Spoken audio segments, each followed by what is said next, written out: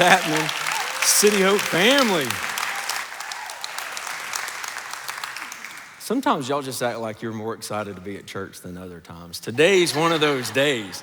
You just seem excited to be here, and so glad that everyone's joining us online. Our campuses in Mobile and Foley, glad that you're with us. Do me a favor, like wherever you are, in one of the rooms, maybe you're driving down the road with your family, take your hands off the wheel and put your hands together. Not really, use your knee. Listen, put your hands together and just welcome our family to church. So cool.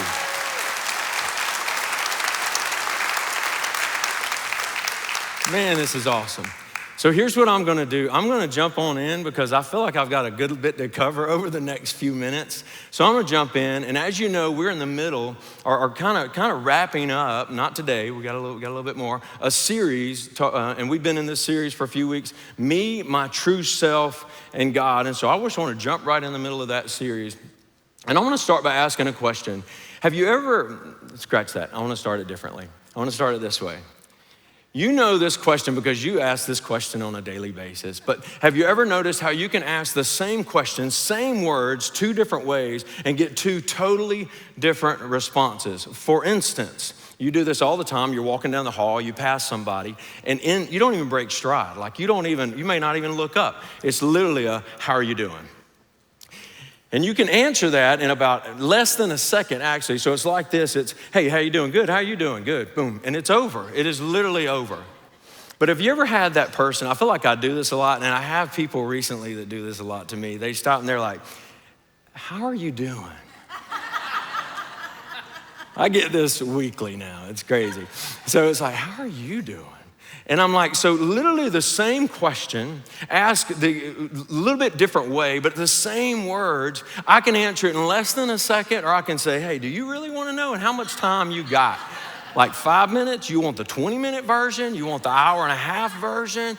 Like that's, it's just that question. And I feel like I'm gonna go back to when we started this series, like that's kind of where we are in this series. It would have been easy to name this series, Me, Myself, and God. And the idea is how, just my relationship with God and how's that going and kind of nice. And, we put a little bow on it, but it's not that at all. We put this extra word in there and it says, Me and my true self and God. Now that's a different layer. And if you'll remember, we started with this image right here. Check this out. We started with this image, and some of you are like, that seems like 6 months ago.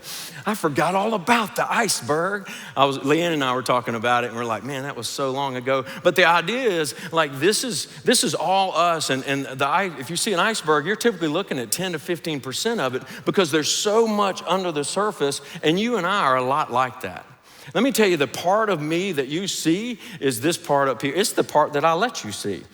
You know what I mean? Like this is what you see, but what this is requiring us to do, and we've been in this for weeks, is to actually invite Holy Spirit in and just dig a little bit deeper into who we really are.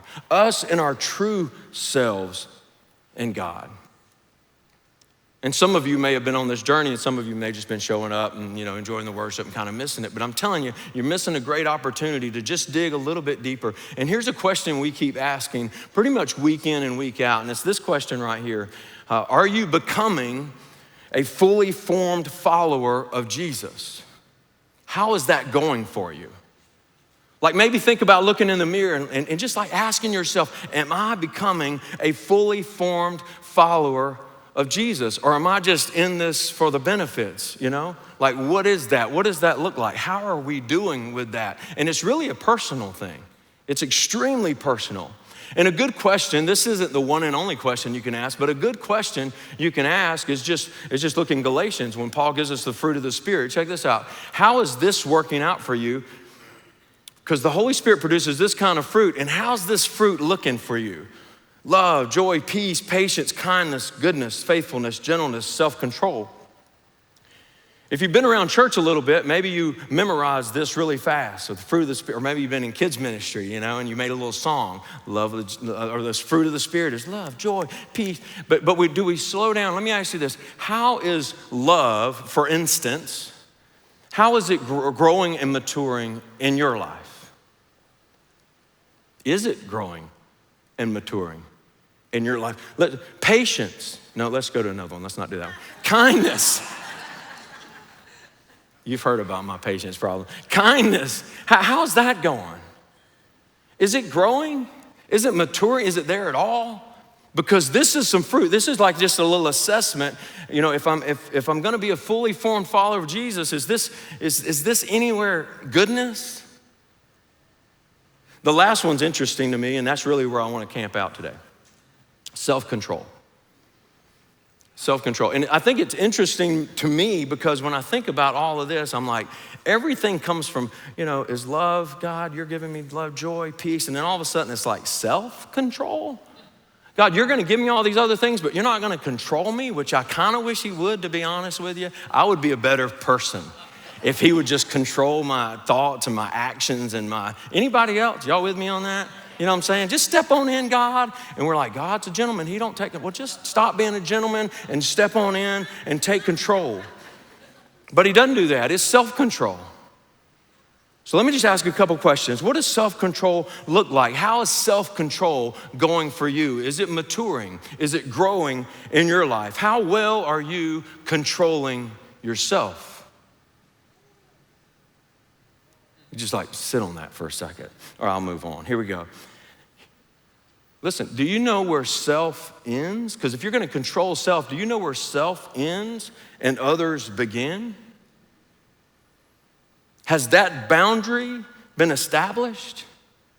Because really, if that's not there, it's a boundary problem. Any confusion of responsibility and ownership, that's a problem of boundaries.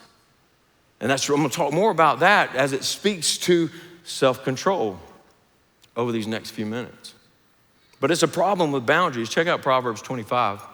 I love this. It says, a person without self-control is like a city with broken down walls.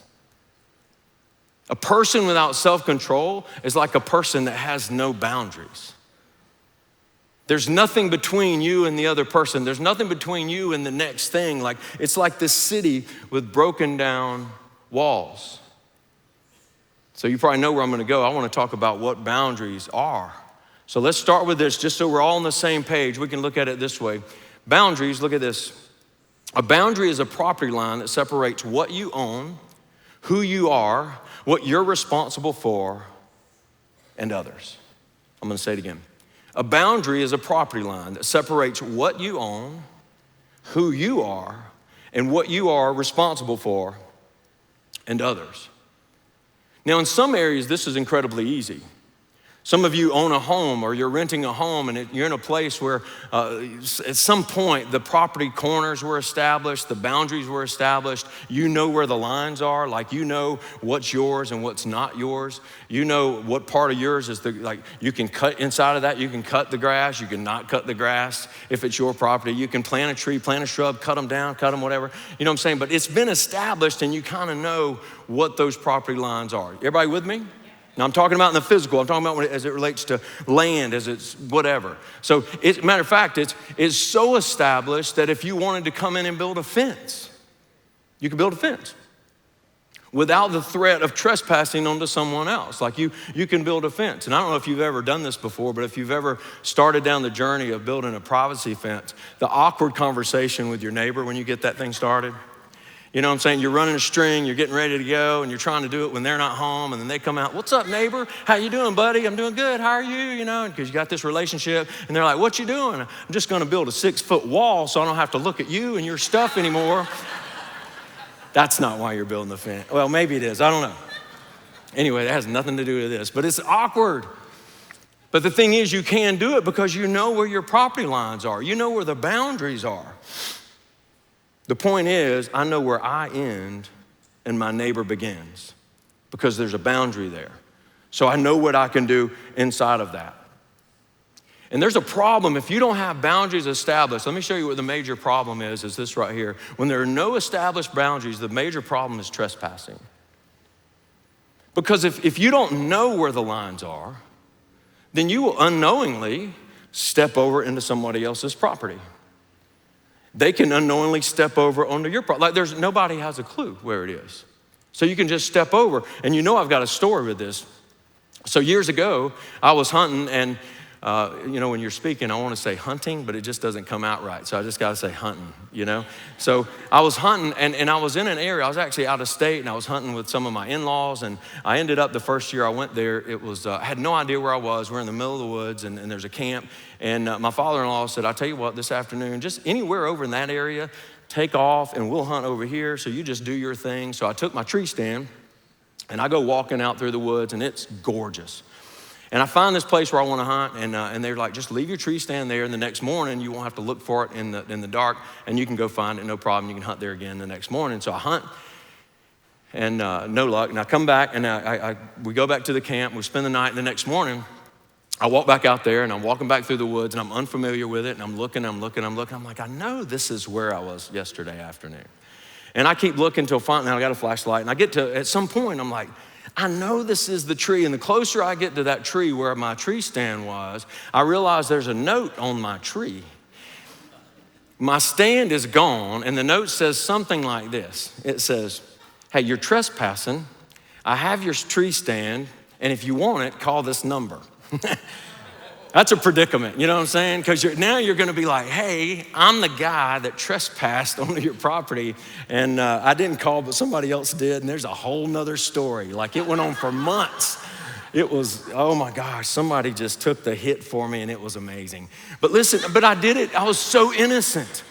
You know what I mean? I had no idea. Now, those times that you crawled through that fence or jumped that fence, you know exactly what you were doing because boundaries were established. So where there are no boundaries, it's a problem because we can unknowingly trespass onto someone's property or into someone's life. So listen, here's kind of where I want to shift it. When it comes to relationships, man, boundaries can get a little fuzzy. When it comes to relationships, it's a little difficult. And when I say relationships, I'm talking about family. I'm talking about parents. I'm talking about children. I'm talking about your spouse, maybe your coworkers, maybe those trusted friends. And let me tell you, it's so important because it's the fruit of the Spirit. What we're talking about here is self-control. I know none of you do this, but he's not saying others control. Fruit of the Spirit is not controlling everybody around you so that you have a happy life. It's about self-control. So it gets a little bit shaky when we're talking about relationships. So let me show you what a relationship or a relational trespass looks like. A relational trespass happens when we allow someone else to control our thoughts or actions, or when we attempt to control someone else's thoughts or actions. I feel like I'm saying some things, I just need to let it settle for a second. A relational trespass happens when we allow someone else to control our thoughts or actions, or we try to control someone else's thoughts or actions. And we're gonna unpack this as we move on. But what I wanna do is I wanna go a few things. I just wanna talk a little bit about what boundaries are and about what they aren't. Okay? What they are and what they aren't. And the first thing, they are not selfish. They're not selfish. Now, when I started down this road, and I'm kind of in the middle of some of this now, I'm actually working some of this out in my own life. But when I started down this road, like, I have a heart for others. God has given me a pastoral heart. I have a heart for others. So it was a little bit harder for me to start establishing some boundaries because I'm like, God, what about everybody else? Because I know I'm supposed to love other people. I know I'm supposed to serve other people. I know I'm supposed to help carry someone else's burdens. Like, I know that's part of what God's called me to do. So these boundaries, this whole idea of this self-control just sounds a little bit selfish to me. And then I read this, and this changed everything. Listen. We know that relationships are important. We talk about them all the time. We talk about the importance of community and all that. But listen, here's what you need to understand. We're responsible for ourselves, then we're responsible to others. So there's nothing at all selfish about kind of getting my things in order before I reach out and try to love you and serve you and help carry your burden. There's things that I need to do. Paul talks about this in Galatians 6. He says this, he said, each one should test their own actions. Then they can take pride in themselves alone without comparing themselves to someone else. Listen to this, for each one should carry their own load. So I have to start I have burdens. God has given me things that I'm supposed to carry. And for me to be able to carry those things, then I have to start with myself. I have to practice self-control so I can be responsible for me, so I can be responsible to you and to others. You see what that looks like? The second thing is this: they are not walls. Boundaries are not walls. We have a tendency when someone trespasses against us, when we take up offense, when someone hurts us, or whatever that looks like for you, we have a tendency to shove them back and build a wall and cut them off, and it's over. Okay, maybe it's just me. You know I'm telling the truth. But that's not what this is. Because let me tell you, God has things for you that's gonna come from others. There's some things God's just gonna drop into you through His Holy Spirit, and boom, He's just gonna drop it in there. Just that revelation stuff. But I'm telling you, for me, God does more in me. He brings more things to me through other people. So it's a lot more, instead of a wall, it's more like a fence with gates. You know what I'm saying? Because you may not, that's what you have. If you have a fence around your backyard, you have a gate because you need access. You need to get in there. So there's things that God wants to bring to you through other people, and there's things that God wants to bring to me through other people. So I have to leave some openings there. There's a boundary there, you know? I'm kind of looking at it, allowing God to bring those things to me. And you may be like, what are we talking about? Things like comfort, encouragement, even correction at times. Wisdom. Sometimes, man, God's got a prophetic word that He wants to share with you, that He needs to bring through somebody else. And if I'm walled off, I can't get any of that. You know what I mean? So they're not walls. The third one is this: they are freeing. They're freeing. And it's so easy to think about fences and gates and walls and all these boundaries, and you think, man, this just it starts getting a little bit confining. But remember the property analogy and the idea, man, inside, when I know where my property is, I can explore. There's things I can do. I went back this week and looked up a study I had seen years ago. It's been around years. And I just want to make sure that I didn't make it up at some point in my life. So I went back and Googled it, and it's a real study. But what these people did, they studied elementary school children. And they took some children with a teacher and they put them on a playground that had no boundaries. There were no fences. It was just this big old playground, and they put them out there and then they watched them just to see how they would react in the space. And what they found was when there were no boundaries, there were no fences, you would think they would just go crazy. But what they did is they just hung really close to the teacher.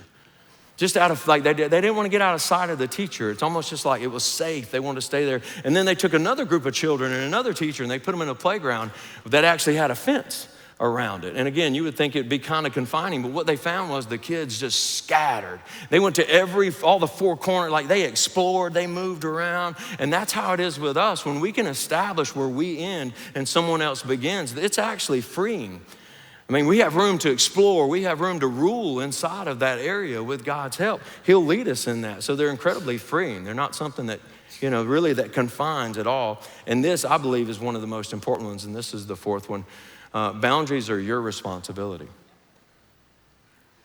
They're your responsibility. Your boundaries are your responsibility. If we're ever going to experience this self-control, we have to first assume responsibility. We have a bad habit of transferring blame. We have a bad habit of when someone does something to us, we say something like, well, when they did this, or I did this because they did this to me. Like they did this and it made me angry. It made me react this way because, you see what I'm saying? So now all of a sudden, I'm not taking any responsibility. I'm saying, hey, because they did this to me, I don't have self-control. They have control over me and they made me that way. There's a beautiful example of this in Genesis. And some of you know the story, that creation story. God created Adam and Eve, and then He created this incredible garden, and He put all these different trees with all this different type of fruit in it on the trees. And He says, listen, you can freely eat of any of the trees in this garden. And then He drew a boundary. He said, except for this one, the tree of the knowledge of good and evil. He said, I'll tell you what, Leave this one alone. All the rest of this is yours. But he said, right here, he said, I'm gonna create a boundary right here, and I just want you to respect this boundary, and we're gonna stop right there. And then many of you know what they did. Eve ate from the tree. She allowed the serpent to convince her to eat from the tree. And then Adam allowed Eve to convince him to eat from the tree. And this is what happened when God showed up, when he realized that his boundaries had been trespassed. This is what God says when he walks up. Check this out. And he said, who told you you were naked? That's a whole nother message altogether. We'll talk about that later. This is where I want to start. Have you eaten from the tree that I commanded you not to eat from? He knew the answer, right? He said, have you eaten from that tree that I commanded you not to eat from? The man said, the woman. He's looking at Adam in his face and he says, hey, did you eat from that tree? And he goes, that woman that you gave me. Man, all of a sudden now she controls him. You see what I'm saying? The woman you put here with me, she gave me some fruit from the tree and I ate it. And then God turns his attention to Eve. And listen, then the Lord God said to the woman, what is this you have done? And she said, the serpent, or serpent, I don't know. I don't know what he looked like during that time. I know after that what he looked like. But you know what I'm saying? Like, he deceived me and I ate. You see the picture? We're no different. We do the same thing. Like, there was a trespass. I committed the trespass. And then we start to cast blame. And it starts, self-control just starts with taking ownership, taking responsibility. Listen, Adam had a choice, right? He had a choice.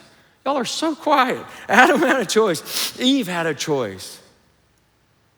But basically, we disown our choices and we give them to someone else to make for us, and that's not self-control. There's no boundaries in that. We're inviting them to come in and literally take control of ourselves. And while I'm on this idea of just responsibility, like I said, I think this one's huge. I think it's so important, and this story. Let me just show you really quick when there is a trespass, and listen, I'm hitting a lot of this at a high level. You could drop down into this and really do a study on so much of this. I mean, this could be a literal series.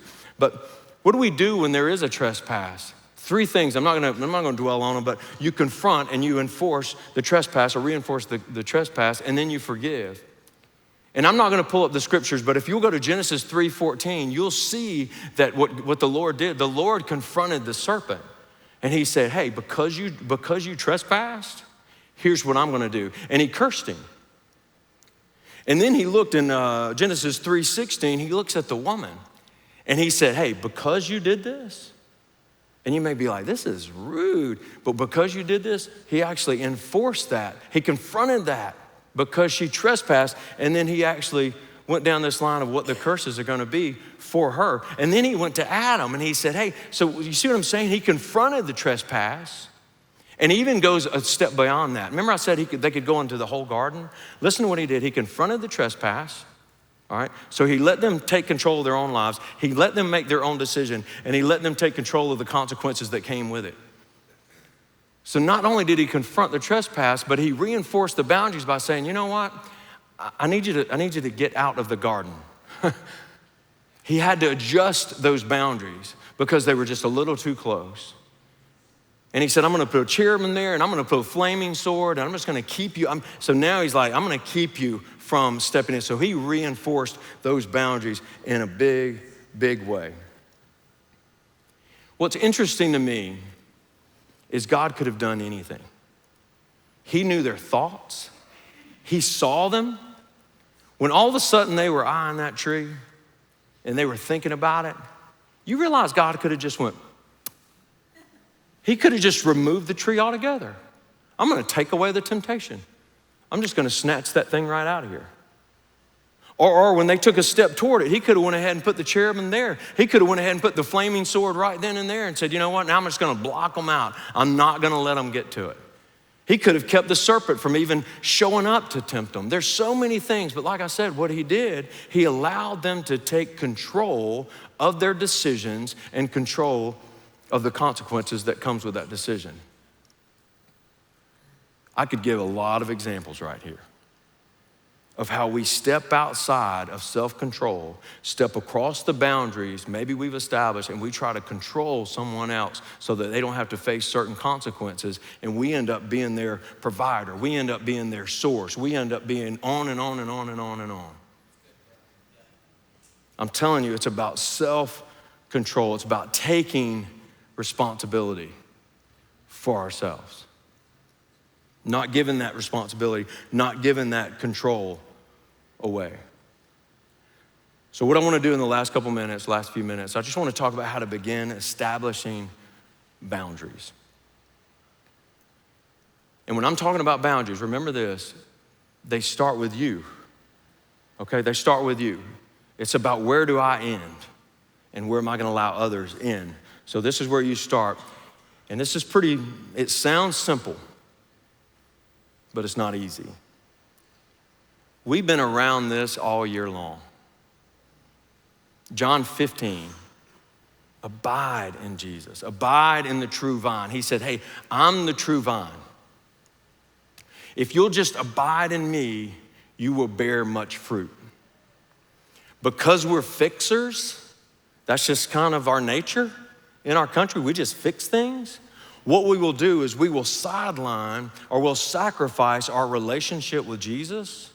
We'll separate ourselves from the vine and then we'll go fix the problem. We'll separate ourselves from the vine and then we'll try to go fix our problem. So if you're not careful, what you will hear me say is, man, I have to leave here today and fix this whole problem with self-control. I got to go build some boundaries. Listen, there is no way you can build a boundary. There's no way you're going to operate in the fruit of self-control if you don't abide in Jesus. Not going to happen. This is where it starts, okay? Because it's that idea of the whole everything that's underneath, that's the stuff that you and I have hidden. That's what we have to invite Holy Spirit in, and that happens when we abide. We invite the Holy Spirit in to look, God, what's beneath the surface? Because I've been shoving it down there for years. I forget what's down there. I forget when you say this or do this, why I react that way. It's because of what happened when I was 15 or 16, or you see what I'm saying? So I need to abide in Jesus so that he can speak into those things. Hey, Dale, remember that? Long time ago. And so he can speak into that. So the first is to abide in Jesus. And the second one is this, establish ownership. And again, you can't do this without the help of the Holy Spirit. I started this by saying, do you know where yourself ends and others begin? And this isn't easy. This isn't easy. Where do I need to draw that boundary? Where do I need to, again, it's not a wall you're establishing there, but asking God to come in and say, God, what's mine and what's not? And this is not a one-time thing. I love the example that we talked about in Genesis where God had created that boundary and then he came back and he had to move it a little bit. He had to push that thing out a little bit because you and I are gonna say, well, this is where I need to be, and then we're gonna face life. And then we're gonna say, oh, I need to adjust it right here a little bit. I need to create a little more margin than I thought I needed right here. And then the third and the final thing is communicate your boundaries. Again, if you're not careful, you'll hear me say, push people away and do this thing by yourself. I'm telling you, trusted relationships are priceless. They're priceless. And when you trust the people that are around you and you love the people that are around you, then love them enough to communicate where your boundaries are. Matter of fact, they may can help speak into them, but love them enough to communicate where your boundaries are. Because here's the thing, the people closest to you are gonna be the ones that are gonna trespass more often than anyone else because they're the closest. But love them enough to know where the boundaries are. And listen, if they love you and trust you, they'll respect those. Unfortunately, you'll also find out who don't respect them because they'll just keep on pushing in. And those are some you're gonna be like, I'm gonna build a gate, but it's gonna be a little one. I'm gonna push, like, you know what I'm saying? But you'll really start to find out like who they are and how much they really respect you, maybe. And I'm not even gonna go close down this, but just when I was putting this together, I had this thought, and parents, if you're a parent of a young child, just so you know, it is your responsibility to establish those boundaries for your children. Don't just establish those boundaries, but live those. Establish them and live them out by example, because they're gonna grow up one day and they need to know that it's okay to have boundaries. It's okay to set limits. It's okay to say no. So mom, dad, grandma, grandpa, help kids establish that. Now I wanna end with just showing you one more picture of boundaries, and I love this. Again, I'm just sweeping across this thing. There's an incredible book Dr. Henry Cloud wrote called Boundaries. Some of this information came from there. It's a phenomenal book. So if you want to dig in and you're like, this is a problem for me, and you want to dive into that a little bit, I would definitely grab that book. But in Joshua 24, and you may or may not know, but maybe you've heard about the story of the Israelites that got led out of Egypt, and Moses led them out of Egypt. And it got to a place where God needed someone else to lead them, not out of Egypt, but into the promise. And so Joshua was that man. And in chapter 24, Joshua's talking to all the Israelites. Joshua's about to die. And he starts talking to the Israelites, and he said, man, remember what God did for your ancestors? And he starts just going through this list of all these incredible things that God did. And he gets to this point, and he says this, it's verse 14, chapter 24. And again, so before this, he's told them how good God is, and how faithful God is, and how mighty God is, and all those things. And he says, now fear the Lord and serve him with all faithfulness. He says, throw away the gods your ancestors worshiped beyond the Euphrates River and in Egypt, and serve the Lord. Hold it right there. Go back for me.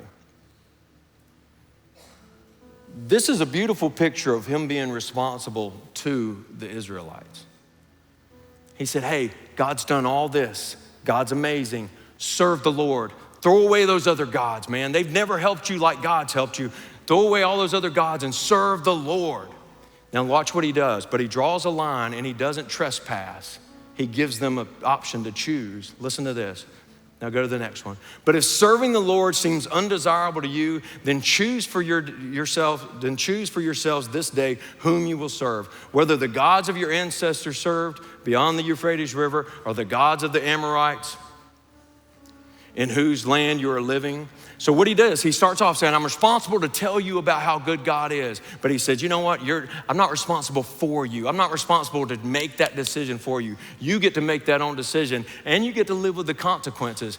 But then he came to himself. He said, but he had established boundaries. He knew what he was gonna do. He was living in the land of self-control. And he says, but as for me and my house, we're gonna serve the Lord.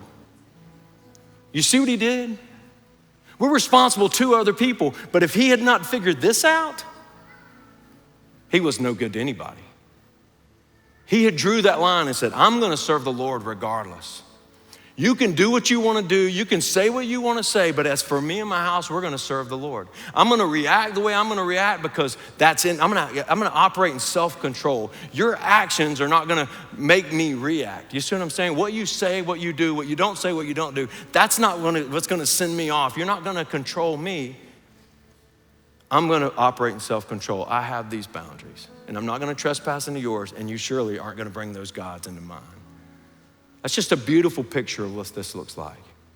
Now I'm gonna go back to the same place right where we started. How are you doing at becoming a fully formed follower of Jesus? Because if you're just here because it's Sunday and this is the thing, okay, it's your choice, but you're missing it. You're missing it. God has a plan. He has a purpose. It's time to abide. It's time to open up and say, God, what do you want to do in here? Because the more I allow him in, the more he's gonna push me out of my comfort zone and impact the lives around me. But it starts with myself. So are you letting him speak into that? And the last question I'll ask you is this. You may be like, fully formed follower of Jesus, Dale? I'm not even following him right now. And let me tell you, that's where this whole thing begins.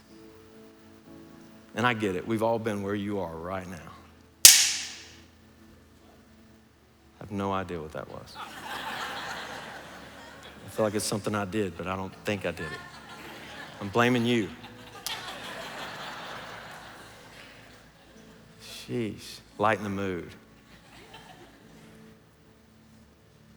If you're not following Jesus, don't wait.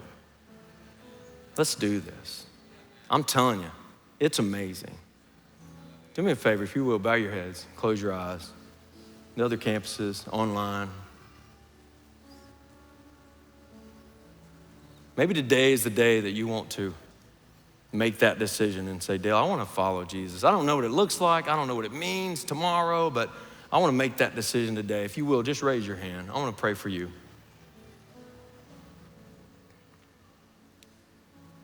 Couple more seconds. I see a couple hands. If that's you, I see your hand. That's amazing.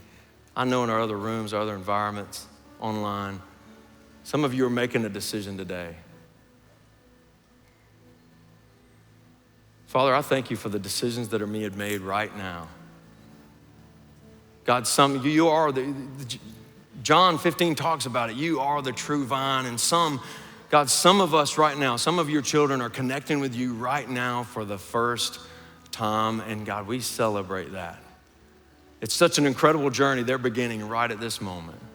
So Father, I pray that you'll surround them, you'll lead them. I know that you're saving them right now and there's so much that you want to do in their lives, but lead them and guide them. Surround them with people that will speak life into them and take them and lead them into the purpose and the plans that you have for them. God, we celebrate that. And God, for those of us who are listening to this message and we know that self-control, the fruit of the Spirit, God, we haven't established boundaries and that fruit's not growing, it's not maturing in our lives. Lord, I pray that you'll speak into that.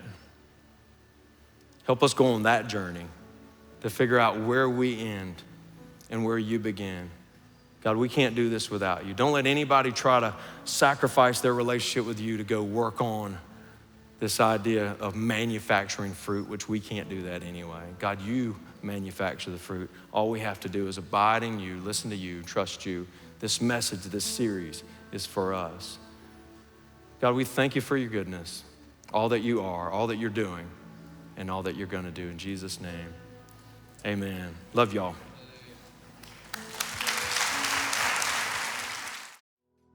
Thank you so much for watching and being a part of City Hope. And listen, if you feel like you need to take a step, maybe it's a decision to follow Jesus or getting prayer for something that's going on in your life, or maybe it's even just getting connected to our church and growing in community with other believers, we want to give you the opportunity to do that. So right now, there's a QR code coming up on our screen.